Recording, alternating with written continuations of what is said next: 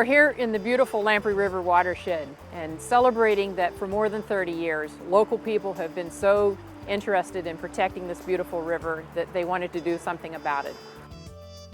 The Watershed Association really started when Francesca Ladowich of the Stratford Regional Planning Commission led a river management plan for the Lamprey River in the early 80s. It was wonderful. Stratford Regional Planning Commission, where I was an environmental planner, procured a grant through the State Planning Office because there were hydropower dams on the river.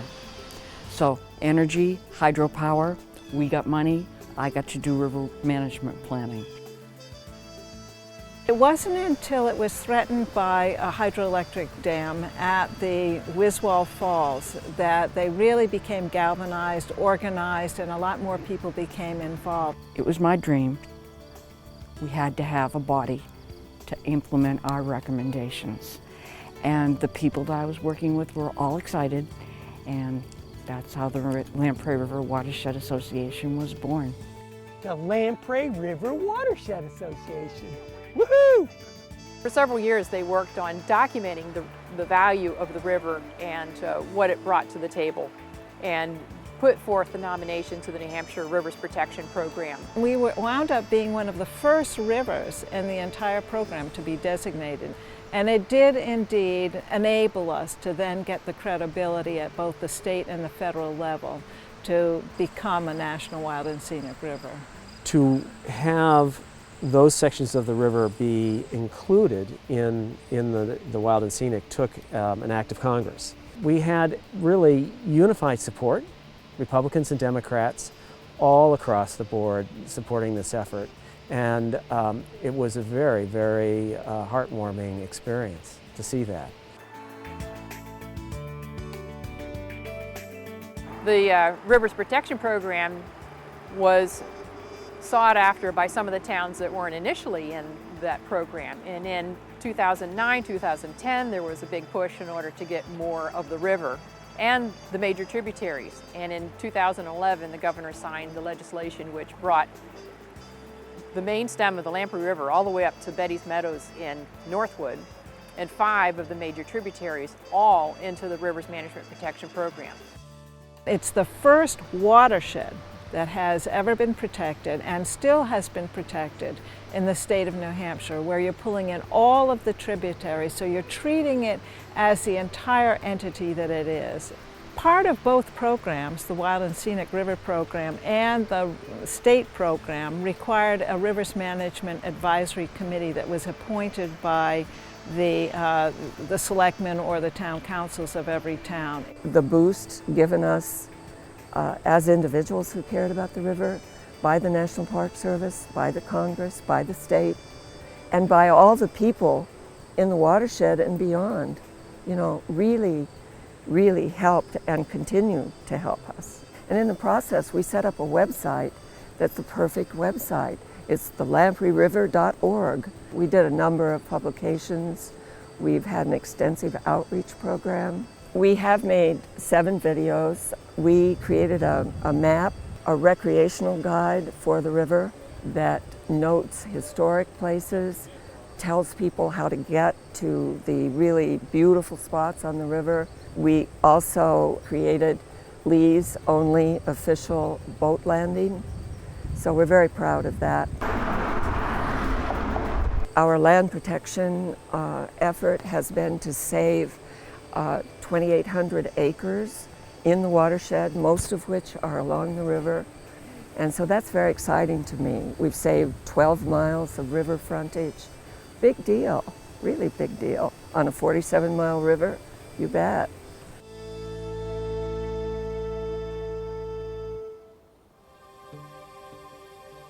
When you begin to really plan for rivers, you begin to find yourself moving farther and farther back from the shores, because you begin to realize that what happens in the river is so much affected by what happens along the river. Because the Lamprey River is in the New Hampshire Rivers Management Protection Program, it offers a certain amount of protections, particularly the quarter-mile corridor on each side of the Lamprey River. We're really fortunate that the University of New Hampshire is nearby, and the Lamprey River Watershed is often used as a research area. The data that they come up with, the amount of nitrogen that's in the river, the salt content in the river, and what time of year the salt content is high. We wouldn't have that resource if it wasn't for the university being nearby, so we're pretty lucky in that regard. Another way that we're fortunate in the Lamprey River Watershed is that we have people that want to be involved. So volunteers do our water quality monitoring through the Volunteer River Assessment Program through DES. What? It all contributes to the greater picture of what's going on in the watershed and what are the trends over time. We're looking for pH, turbidity of the water, specific conductivity, and dissolved oxygen content. Knowing that things that I did in my own backyard would impact the river, so that led me to wanting to do some water quality checking. It's such an important feeder into the Great Bay that the quality of the Great Bay depends on the quality of the rivers going through. So now we have a really extensive database that we can look for trends and for possible actions that are needed on the river because of their dedication and because of our ability to fund them. Most of our volunteers are older people, but it would be nice to have younger people involved in the river because it's their river as well, and you know, when the older generation passes on, we need a new generation of environmental stewards to help maintain the health of the river. Even if the river looks good now, it's really important to keep monitoring it and keep making sure that everything's well, and educating people as more people like me grow up to think about how important the river is for all the wildlife that's here and for all the forests, and making sure that it's kept clean and making sure that people can go and walk on trails or look at the river and sit and read a book there.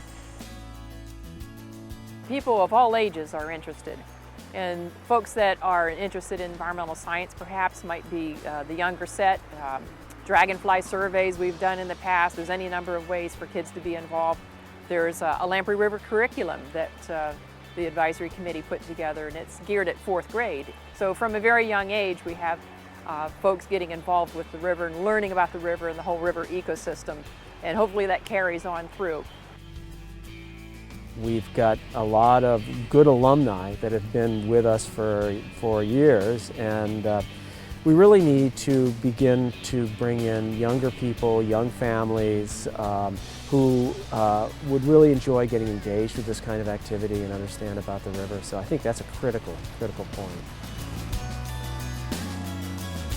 I think that if we, set a good example for the younger generation as the older generation has for me, then, my kids and my kids' kids will also want to maintain the health and beauty of the watershed environment forever.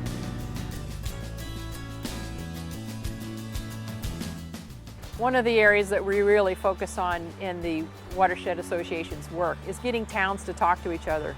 This beautiful river is a resource to everyone, but it doesn't know political boundaries. It doesn't stop at a town line. It goes right into the next town. If there is anything that should call for cooperation, it is our water resources. New Hampshire has a strong tradition of town rule and sort of town focus, which is great. So to get many towns to collaborate and manage a resource together is sort of a new concept. And I think that's absolutely critical, though. It's that kind of management challenge that's going to really make a difference for all of our resources here in New Hampshire and everywhere. The Watershed Association has been working towards having people think about, what's my job in all of this? Do I play a role? I'm not on the river, but every person in the watershed contributes to the health of this whole watershed and the quality of the river. Whatever comes off of your roof or your driveway or parking lots that you visit all ends up in the river eventually. And that self-awareness over my role in this watershed, no matter where you are in the watershed, is extremely important. For the next 30 years, I hope they continue going strong. I hope that they will continue the tradition of just enjoying and promoting wise use and management of the river and the watershed. many of us would like to see the whole river and its tributaries in the Wild and Scenic program. So making people understand what the Wild and Scenic River program is and how they can benefit from it and how the river can benefit is very much a part of our outreach program.